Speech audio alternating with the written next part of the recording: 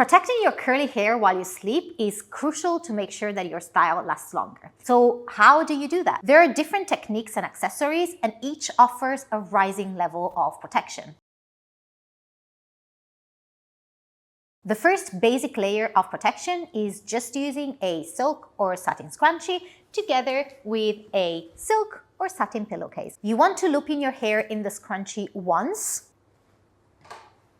like this, and then you go to sleep on your smooth satin pillowcase. This method is great for anyone who's lazy, like me, and doesn't want to put in too much effort to protect their hair while sleeping. It's not great for people who have short hair because it's gonna pull your hair at the back and it might stretch out your curl pattern. It also offers the least level of protection, but it's the fastest one, and it still works on a day-to-day basis. If you feel like you move too much when you're asleep, and when you do this, your hair always comes off during the night, you can try to use an Invisibobble or a similar hair tie instead. This type of hair tie has more grip, so it's gonna ensure that your hair stays in place a lot more. The next level of protection is using a bonnet. There are different styles of bonnet depending on how much hair you have or how tight you want it to be, but you need to make sure that it has enough space to allow all your hair to be inside. If you find that standard sizes don't work for you because they slip off during the night,